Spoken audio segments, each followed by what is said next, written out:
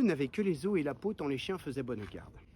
Ce loup rencontre un dogue aussi puissant que beau, gras, poli, qui s'était fourvoyé par mégarde. L'attaquer, le mettre en quartier. Sire Loup lui fait volontiers, mais il fallait livrer bataille, et le matin était de taille à se défendre hardiment. Le loup donc l'aborde humblement, entre en propos, et lui fait compliment sur son embonpoint qu'il admire. Il ne tiendra qu'à vous, beau sire, d'être aussi gras que moi, lui répartit le chien. Quittez les bois, vous ferez bien, vos pareils sont misérables, cancre, air et pauvre diable, dont la condition est de mourir de faim. Car quoi? Rien d'assuré. Point de franche lipée, tout à la pointe de l'épée. Suivez-moi, vous ferez bien. Le loup reprit, que faudra-t-il faire? Presque rien, dit le chien. Donner la chasse aux gens portant bâtons et mendiants, à son maître complaire, moyennant quoi votre salaire sera force relief de toutes les façons. Os de poulet, os de pigeon, sans parler de maintes caresses. Le loup déjà se forge une félicité qui le fait pleurer de tendresse. Chemin faisant, il vit le col du chien pelé. Qu'est-ce cela, lui dit-il? Rien. Quoi, rien? Peu de choses. Mais encore. Le collier dont je suis attaché de ce que vous voyez est peut-être la cause. Attaché, dit le loup? Vous ne courez donc pas toujours où vous voulez? Pas toujours, mais qu'importe. Il importe si bien que de tout repas je ne veux en aucune sorte, et voudrais pas même à ce prix un trésor. Cela dit, maître loup s'enfuit et court encore. Ah, ah, ah, les fables de La Fontaine.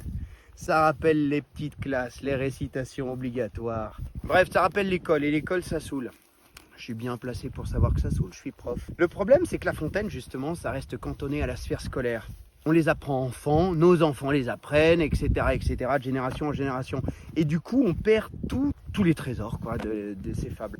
Et c'est hyper dommage, parce qu'en réalité, ces fables qui ont près de 400 ans d'existence et qui, pour la plupart, sont inspirées d'une tradition bien plus ancienne, sont d'une actualité troublante.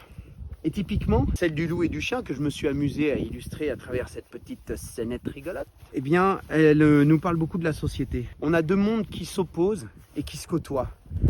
Le monde du chien, alors lui, il est dans l'opulence, tout va bien.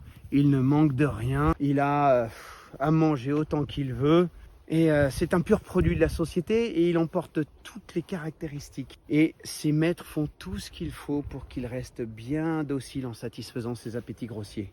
Alors que le monde du loup, c'est tout à fait autre chose. Lui, il est dans le dénuement total. Il est d'une pauvreté insigne et il vit comme un sauvage. Alors forcément, ça le fait baver d'envie. Il se forge une félicité qui le fait pleurer de tendresse. Mais il a remarqué un petit détail qui a son importance. Ce col du chien pelé, où il est tenu en laisse, eh bien c'est la marque de l'esclavage. Et le loup, lui, ne peut pas troquer sa liberté, son bien le plus précieux, contre quelques repas que ce soit. Tout le confort, lui, ça lui passe largement au-dessus. La seule chose qui lui reste à faire pour échapper à cette servitude volontaire, c'est de courir aussi vite et aussi loin qu'il le peut. Ah ouais, c'est sûr que c'est sympa de se gargariser de foot, de goinfrer de bouffe industrielle et se laisser laver le cerveau par Netflix, tout en se laissant envahir par tout ce que les médias nous balancent en permanence. C'est sympa et c'est confortable. Le problème, c'est que quand on accepte ça, on abdique toute liberté et donc toute responsabilité pour être les clients d'un système qui nous rend complètement esclaves. Et à travers la figure du loup, justement, La Fontaine nous interroge. Qu'est-ce qu'on peut faire pour retrouver cette dignité d'homme libre et responsable? Un petit peu comme Cyrano, l'un des plus grands personnages de notre histoire littéraire, qui a vécu pauvre, qui est mort pauvre, mais qui a toujours refusé toute compromission et qui surtout qui a vécu empanaché d'indépendance et de franchise.